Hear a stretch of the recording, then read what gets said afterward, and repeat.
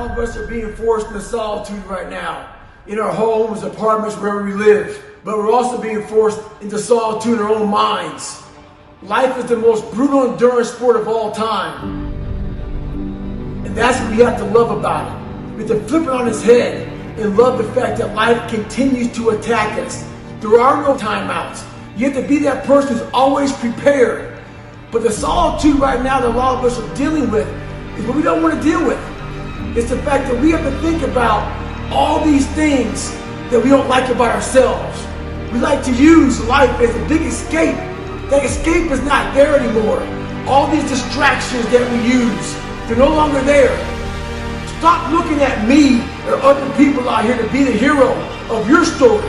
Knowing one thing in life, we are all very fragile in this world. We have to know that when we die with some meaning and some purpose in this world.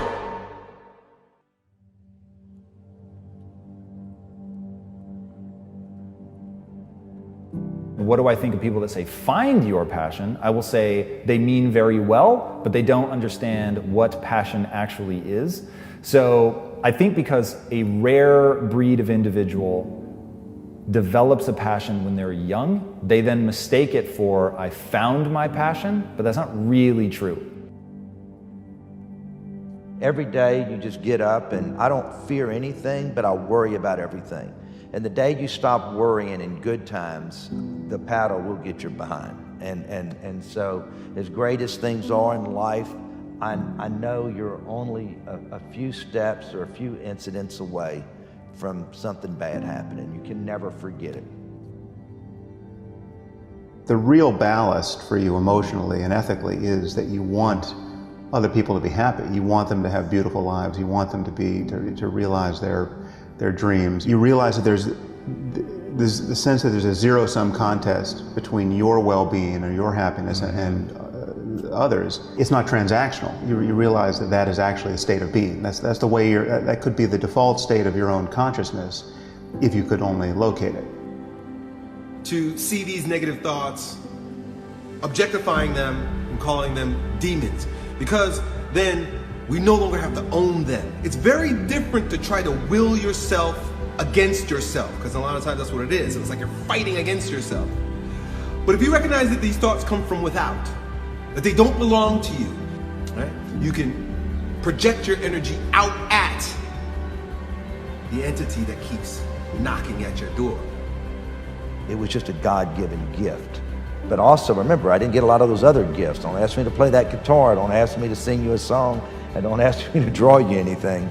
But you've got to know your God-given gifts. And everybody has it. Everybody in this room has it right here. So do what you know was your God-given gift. Now, the pursuit of mastery, when you realize that you can not only do something for yourself, but you can influence the world, that becomes the real passion, because you're developing a set of skills that means something to you, and it allows you to do something in the world that other people cannot do. Time out now for you to stop avoiding things. Get that pen and paper out. Look inside yourself.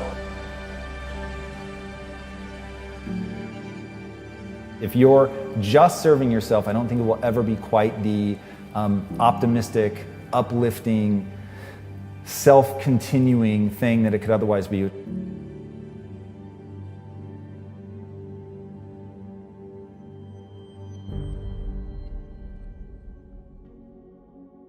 Most of humanity, even at this moment, doesn't have the free attention to really think seriously about what it means to be happy. You know, it's just, I mean, when you just look at the economic imperatives of, you know, most people in most situations, it's not about really having the free attention to do whatever you want or what you would think at the end of the day would be most satisfying. I think people can feel very out of control, and I mean there's something jarring about learning that everything, the things that feel most true to you about reality are possibly not structured that way. So when you're serving other people and you're doing something that uplifts other people, but with a skill set that you had to work your ass off to get, and it's a skill set that you love and you love the acquisition of that skill set, then there's a light airiness to it that feels uplifting. And if you can get in that loop, then you're good. You're lost in thought almost every moment of your life, and much of your thinking has this mediocre character of causing you to worry about the future and regret the past, and just feel a baseline dis-ease with life.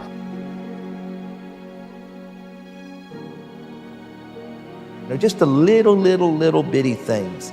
And I just think that it's easy to separate yourself from anybody else, no matter what your position is. If you go to work for a company and you don't go up the corporate ladder, it's your fault.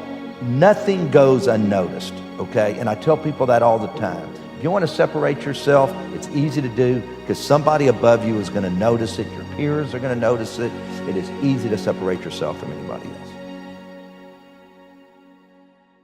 Life is going to be a grand struggle until you understand that you are a chemical processing plant.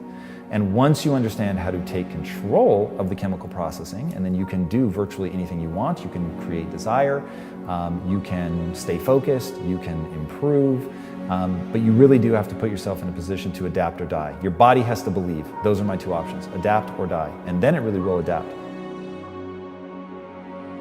Is to get into a position where thoughts are like thieves entering an empty house. Right? So there's just no possible problem. So to truly be indifferent to between a good thought and a bad thought, that's the real superpower. No one will act for the many, but people will act for the one. So basically, stop thinking about solving the world's problems. Find somebody you know and love that has that problem and solve it for them. Times, get good. And it goes back to what I once again preach. When times are really bad, we forget they're ever going to be good again. And when times are really good, we forget they're going to be bad again. And we need to always remember that so the paddle doesn't get you.